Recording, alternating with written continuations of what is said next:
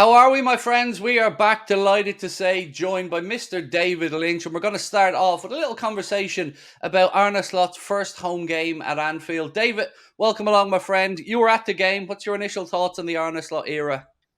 Yeah, I think very, very encouraging what we've seen so far. I mean, two 2-0 victories, two clean sheets, good performances as well, particularly those second halves. I think they've been kind of let off the leash a little bit. But even before that, you might talk about maybe a slow start in both the games, but in both of those, they were still very solid. They weren't giving up chances, weren't giving up goals like we'd seen in the last sort of year or so. So I think that was really hugely encouraging. And then just picking teams apart in different ways, that counter-attacking threat is still there, but with some of this intricate football we're seeing, it's just really, really thrilling. So, very, very pleased with what we're seeing so far. And I think, we're seeing also that the manager's really adapting to what the Premier League is about, that physical threat that some teams pose. This team seems to be very prepared for that and giving themselves a foundation to play great football, which they are doing so far. So I think, early days, you don't want to get too carried away. But we have only seen two games, and I think what we've seen in those two games, you should get at least excited by, because it's been very, very positive on both sides of the ball, and you just hope there's more to come, particularly with the game that's coming up. So, for all the talk of the changes under Arne Slot's era, and we will get stuck into them, it was a little bit of familiarity, David, with the opening goal. Defending a corner, Mohamed Salah puts his body in the way on the edge of the box. The ball breaks loose. Diogo makes the run. And from that point, it is just excellence. I don't know what else to say. The ball into Lucho, and Lucho's driving into the penalty area. He knew one of two things was going to happen. He's going to get fouled and the player's getting sent off, or he's getting a shot away. And to me, that was, for all the talk, as I said, about the new era, that was Liverpool at its best from the Jurgen Klopp days. Counter-attacking brilliance.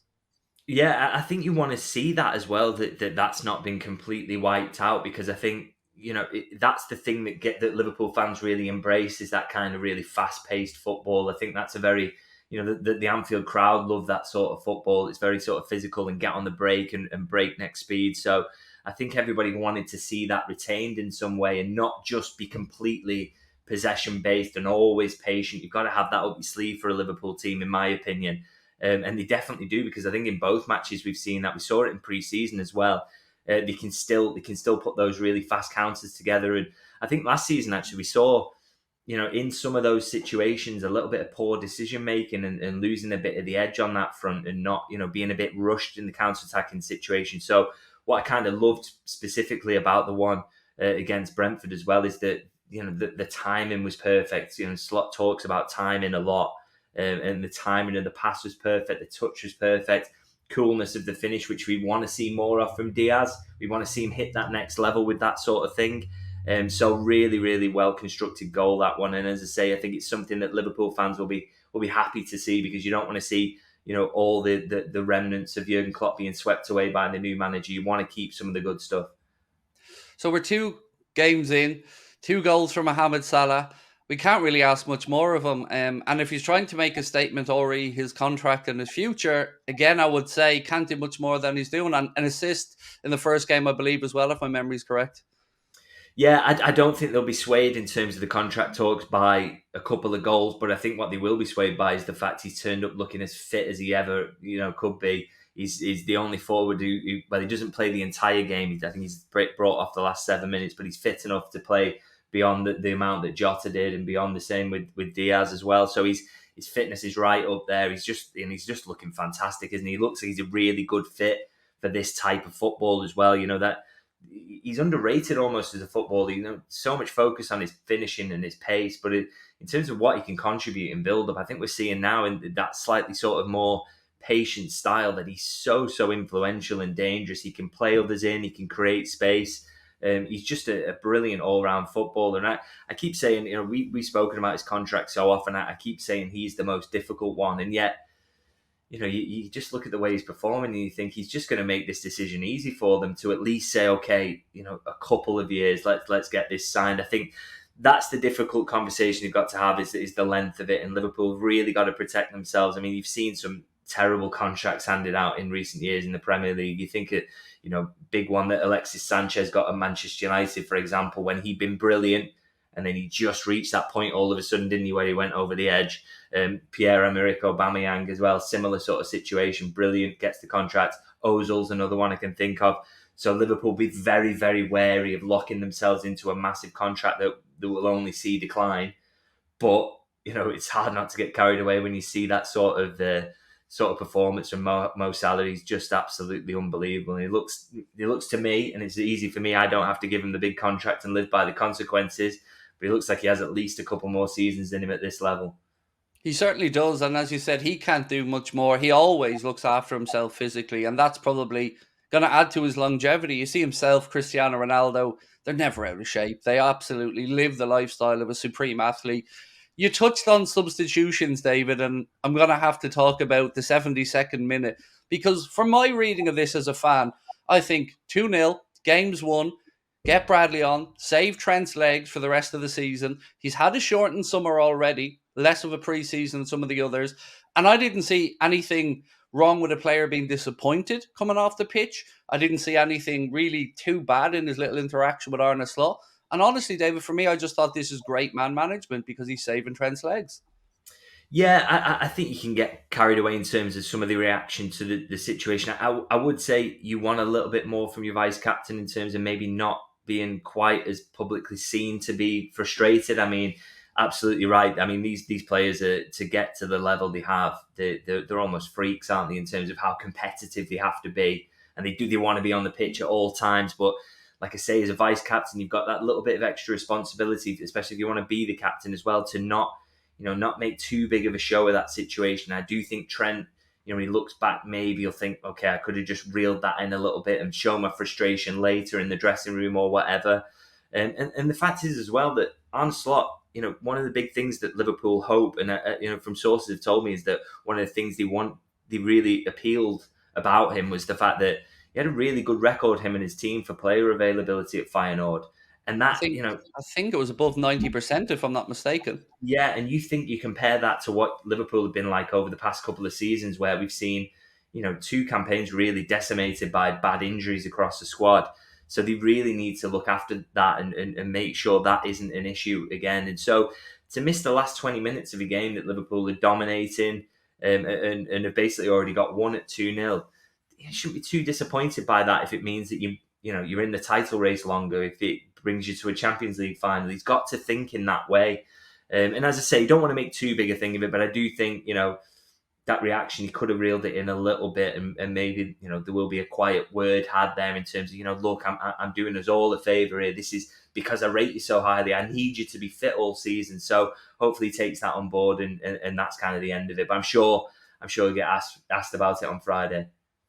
So you did touch on Arne Slot and the availability of players at Feyenoord, and I also remember your post from yesterday talking about Ruben Peters working with the subs used and unused after the game. Is that anything different that you've noticed from the Klopp era? Because Ruben Peters is apparently the guy who Arne listens to. If he said don't push them too hard in training, he doesn't. If he said a player can only do 70 minutes, he does 70 minutes. There seems to be a real trust in Ruben Peters' methods. Yeah, I mean, he came very, very highly rated according to people I'd spoken to as well. So I think he's, well regarded, and a big part of that reason why the availability record was so good. So I just put that out yesterday. I mean, I've seen, obviously, Andres Kormaier used to do that with the subs as well. So not a huge surprise to see that, really, in terms of protecting those players against injuries and making sure the load is right for them. But just interesting that he's the guy, obviously, who looks after it. Just wanted to make that point and show people, people who don't get to see that's what goes on behind the scenes, and he's the guy who looks after that. And we hope that will have a positive impact going forward. And as I say, that availability record will improve, because I just think it's, even if you just take out signings, and obviously we will talk about signings, and I think that's important and something Liverpool need to do.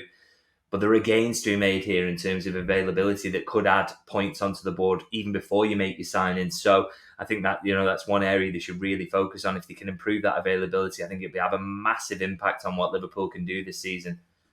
So I can already hear people typing in the comment section in my brain saying that both of us here are justifying no signings by talking about players who may be available for longer term. It is a positive any way you look at it to have your players available for a longer term. And as you mentioned, we've got United coming up this weekend, Old Trafford. I know I want to go into the international break off the back of 3 wins from 3, beating the Manx, and I'm sure Trent would be the same. So to kind of bring it back to that availability of Trent, I want to ask you, has there been any breakthrough or talk about Trent's contract negotiations? Because obviously we're all going to try and look for any little glimpse or sign at this moment in time that we're probably reading too much into. So have you heard anything on that front?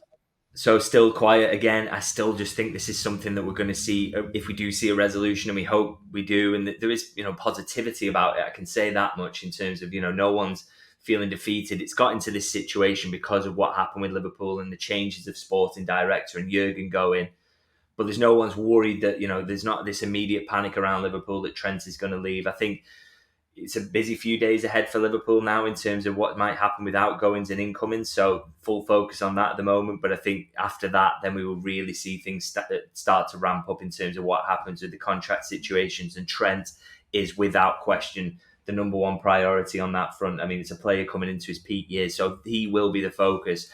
I don't expect any development in the next 4 days. I'll say that for sure. But I think after that, we will, as I say, we'll see it really ramped up. And I don't think, people shouldn't worry that what they saw yesterday was anything to do with contract talks or anything like that. I mean, I think Trent tried to sort of really take the sting out of it with his social media post later in the afternoon, didn't he? In terms of just trying to show that, okay, I was frustrated, but it's all done now, and he's focusing on the win and the team. So I wouldn't worry that a moment like that could have an influence on contract talks, because if it could, then Liverpool would already probably pretty much have lost the player. I just think it's one of those situations that you can't tie those two situations together, really. Well, we know, for me, it's the period between the end of the window and the start of the next window that's vital for Virgil and for Trent, and maybe even for Mohamed as well. We heard Virgil van Dijk come out yesterday with some, I thought, positive words after the game, but he was also addressing the fact that he hasn't yet had any communication or pathway forward for his Liverpool deal. I'm looking at a man who is rolling back the years personally, but there is this fear, of course, to give a player a contract like you've touched on, the likes of even David De Gea at Manchester United when he got that big deal, even fell off the cliff. What do you think happens with Virgil? Gut feeling. Do you think that the club come to an agreement, or will he end up somewhere like Borussia Dortmund, as an example, to go there? And I've seen him linked to a replacement for their outgoing, the senior centre back. So I'm worried because I don't want Virgil to go. I do understand Michael Edwards and the club's stance of players in their mid-30s in the contracts. We've been burned before. The manager went to bat for Henderson previously, got an extension, and then Henderson wanted out. With Virgil, it just really does seem like a no-brainer to try to get something sorted to keep him for a couple more years. At the end of the day, Liverpool are very analytics driven in terms of how they look at these situations. So I just can't see how you can look at the underlying numbers that Virgil's produced and the fact he plays a position where you can go a little bit longer, you can mask those physical deficiencies when they come, and not come to the conclusion that he's worth an extra 2 or 3 years. I'd be amazed, really. I just think there's so much pointing to the fact that, and also you've got a player there who, his real desire is to stay. So, there's willingness there to stay. Liverpool obviously love him because he's still performing at the highest level week in, week out. Maybe he's not quite his peak, but I still think the best centre-back in the Premier League and possibly the world. So, when he's operating at this sort of level, it would be madness, really, to just think that come the end of this year, okay, we'll let his legs go on someone else's pitch. But he's still a couple of years away from that. He still looks a long way from it. And like I say, it's kind of, I think Salah's so risky because of the huge wages that are involved. And yes, Virgil is on an awful lot of money, but in terms of what he actually brings, he's less money than Salah is on, but also he brings everything else in terms of the leadership. He's the captain. And as I say, he can play in that position for a little bit longer. So I just think there's real scope for him to continue for much longer and still be valued for his contract. So I just think there's a lot of ingredients there that make me lean towards thinking that will work itself out and that one can be sealed. It's less difficult, I think, than Salah, and I think it would just be madness to let, when you've got the best centre-back in the world on your books at the moment, to let him go in anticipation of a decline that we aren't really seeing signs of yet. So, that would be a huge decision for them to make, and I just don't think that they will. I think it would be madness to do it. So centre-back seems to be the topic of the day. There's a couple of aggregator accounts talking about the possibility of an incoming centre-back. I'd like to tie that together with a question about Joe Gomez's future for you as well. Have you heard anything with the likes of Aston Villa and Newcastle, anything on those fronts that might suggest that we may see Joe Gomez depart? And to follow on from that, surely we want the centre back at this point, regardless. Surely we wouldn't allow Joe to go unless there was somebody else on the hook, shall we say? Yeah, I'd be amazed if Liverpool were to let Joe Gomez leave without signing a replacement. I'll say that much. They've already lost Sepp Vandenberg. You couldn't hit your depth at centre half to go down to 3 senior centre backs going into a season. I know they've done that before, but I wouldn't expect a repeat of that. I would absolutely, you can never assure anything in football, I guess, but I'm pretty concrete that Liverpool would sign a centre half if they were to let Joe Gomez go, and that over the next 4 days remains a big possibility. There's interest in him from a lot of clubs. There's a willingness on his side to go and play more football. He is open to that idea. He knows where he is in the pecking order at Liverpool. So, it seems crazy, doesn't it, that so much is left unresolved until these final days. And it's like, well, how can they get it all done? But that is kind of the expectation, that openness is there. So if the move comes in for Joe Gomez, which is kind of you would expect with so many clubs looking at him at the moment, then that will open up the possibility then for Liverpool to sign a centre half, which we know they've been looking at ahead of this summer anyway. So they're very much ready to pounce. No real clues as to who it is at the moment, unfortunately. I would love it if people at Liverpool were a little bit more open with us, but no doubt that there's a list there of centre halves to go for, and that there'll be no willingness to let Joe Gomez leave, which, as I say, is a possibility without signing someone else. That absolutely has to happen. Never ceases to amaze me for as long as the transfer window is that we always get this hectic end to the windows where club are finally showing their hands in the transfer market, who they're willing to sell, who they aren't. For Joe Gomez in particular, who would you guess to be his strongest potential suitors? Who do you think might come in with that offer that Liverpool, if they have a replacement lined up, would go, well, it's fair money, because we're probably talking somewhere 35 to 45 million, somewhere in that bracket. I think if I remember correctly from our previous conversations, you've said that the club are very respectful of Joe's wishes because of his great service and his longevity at the club, coming in at 18 years of age, I think, from Charlton, if my memory's right. Aston Villa would worry me, David. I can't lie to you, because if they're viewing Joe Gomez as being good enough to come in and improve them, it kind of makes you feel, are we letting him go too early? Is this wrong on our behalf? Should we be finding a way to get him more opportunities to play? I just think it speaks to the fact, and I do think Aston Villa are right up there as front runners for him. I just think it makes so much sense from all parties, really. I think for Aston Villa, they do need a centre half at the moment. That's why they're really looking at Joe Gomez, and we could see an acceleration of that in the coming days. But I think, for Liverpool, you're right, really. I mean, in an ideal world, they wouldn't let him go. Having someone who can play centre half, right back, left back, even drop into midfield if you need him to. It seems madness to let him go. He's homegrown as well. That's always worth a little bit extra as well. But what can you do in terms of they have to respect the fact that the player wants to go and play more football regularly. He only played as frequently as he did last season because Liverpool's injuries were horrendous. And the fact is, they're hoping that that's not going to be the case this season. That's not to say they don't need to replace him. That's very much the attitude is that they would do, because they need that. They need that strength in depth, particularly at centre half, where he would be third or fourth choice, wouldn't he? But I think they just have to respect, and they do respect the fact that he does need that regular minute. So it's not about kind of thinking, oh, well, if he's good enough for Aston Villa, why is he not good enough for us? They know that he is good enough for Liverpool. The only problem is they just know he's going to be quite low down the pecking order because they've got such strength. So that's the situation as it stands. And I'd be very, very surprised if things don't kind of ramp up on the Joe Gomez front, because I just think everybody kind of knows now that he's available. They know how good he is, how versatile he is. Surely we see some movement on that in the next few days. Just a couple more things, if I can. We've seen Miguel Delaney mention Eze last night, very loosely tying Liverpool, I should say. He said himself he was writing from a Crystal Palace perspective in that piece that he wrote. Anything around that, and anything on the potential Kostas Tsimikas back to Olympiacos story that was brewing the other day?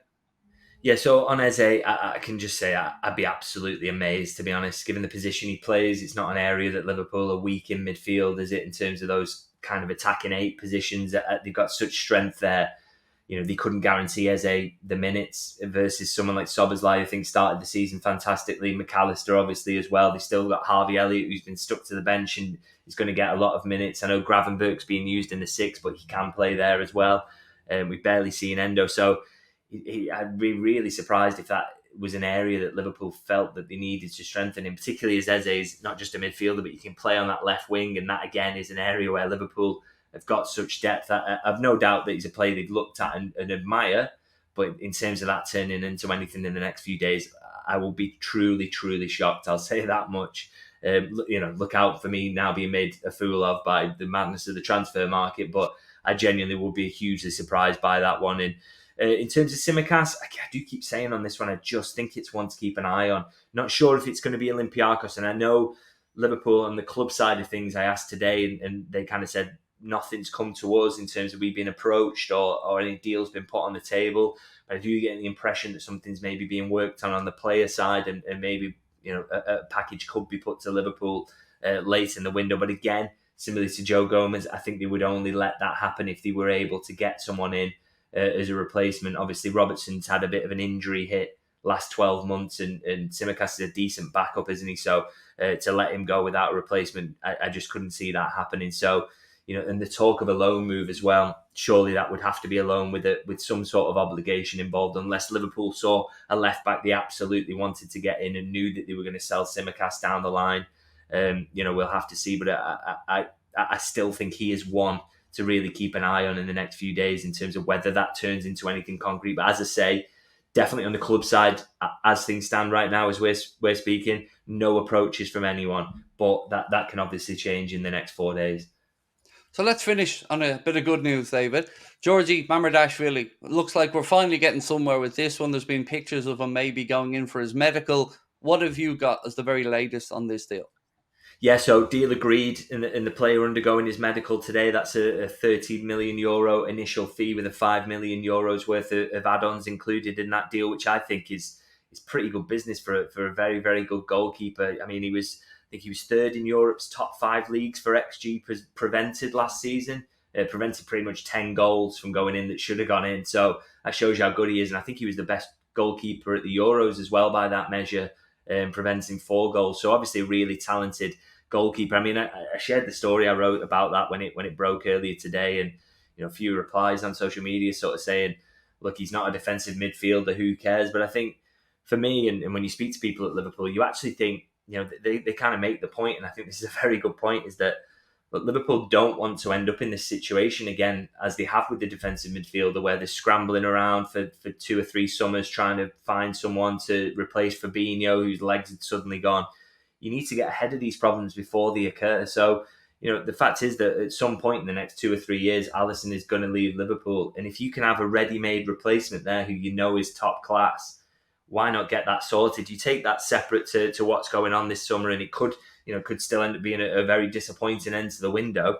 But you take that deal on its own merits almost. And I think very, very smart to get ahead of the Alisson issue. Like I say, you don't want to end up where, like Fabinho's legs go suddenly and you haven't got a replacement lined up, and then it ruins your next 2 or 3 summers. If you can get ahead of those problems, as Liverpool seem to have done, puts you in a really good position for when Alisson does eventually leave, because how influential and important he's been. It's going to be a tough task to replace him, but it looks like Liverpool have already got that one in the bag if his development continues as we hope it will. So I've been somebody who's been extremely critical of transfer windows in the past, presently. Well, this is exactly what we want. We should want as fans. Succession planning. As you've mentioned, if we lost Ali next summer, let's just say for whatever reason, the ability to go out there and find his replacement is going to be made even harder by the crazy price tags that people are going to put on goalkeepers because they know you're desperate for one. This, to me, is what we should have done in defence, in central midfield. I think this is just an incredibly astute piece of business for the club. If I remember correctly, I think Sam Maguire said something along the lines of his numbers are similar to numbers we paid 66 million for Alisson Becker for all those years ago. This, to me, is an incredible piece of business. I'm over the moon with this, I have to say. I think this is brilliant. As a former goalkeeper, I've been spoiled. Having Pepe Reina, then having, obviously, Alisson Becker and the idea of Georgie Mamardashvili. I've no complaints on this one, Dave, but I think this is the way the club should do a lot more business, quite frankly. Yeah, and I think the succession planning point is very good in terms of, and could have kind of an impact on the rest of the window as well, in terms of the potential movement at left back and centre half, which is where 2 areas I think Liverpool have got real potential to add players over these next few days. what you want to see there really is succession planning. You want to see maybe a Robertson successor come in, someone, we mentioned Aït-Nouri as someone that Liverpool definitely like, someone like that to come in who's a little younger and can take that next step at centre half, a centre half who's ready to come in now. And okay, yes, they will be fourth choice probably because of Liverpool's strength in depth there. But in a couple of years, can they be the Van Dijk successor? Can they kick on to that level? I think that's what Liverpool are looking to do is to, bring players in who, yes, they can contribute now, but can contribute even more in the future. And Mamardashvili fits that bill very much so, even though we're not going to see him until next season at the absolute earliest. But I think it could also be how Liverpool's business looks between now and the end of the window, in those certain positions. It's going to be an exciting few days. And David, I always appreciate our chats. I always appreciate your time. Anything you want to let the listeners and viewers know about with regards to your own YouTube channel and, of course, your Substack? Anything coming up? Yeah, just as ever, check me out on YouTube. My channel's at David Lynch LFC and davidlynchlfc.substack.com as well. If you want to have a look at my written stories and transfer news is on there. And we hope, over the next 4 days that there's going to be a lot of transfer stories on there and some news to get stuck into. My understanding, it's very much a possibility. So, let's hopefully get a couple of signings in and then, bounce into that Manchester United game and get a win. And wow, everyone would actually enjoy that first international break, I think. Absolutely. And look, we will catch up after that Manchester United game where hopefully we're talking about an international break with 3 wins from 3. Ladies and gentlemen, it's been an absolute pleasure chatting with Mr. David Lynch. Thank you guys for your time as always. We'll be back soon. Bye-bye.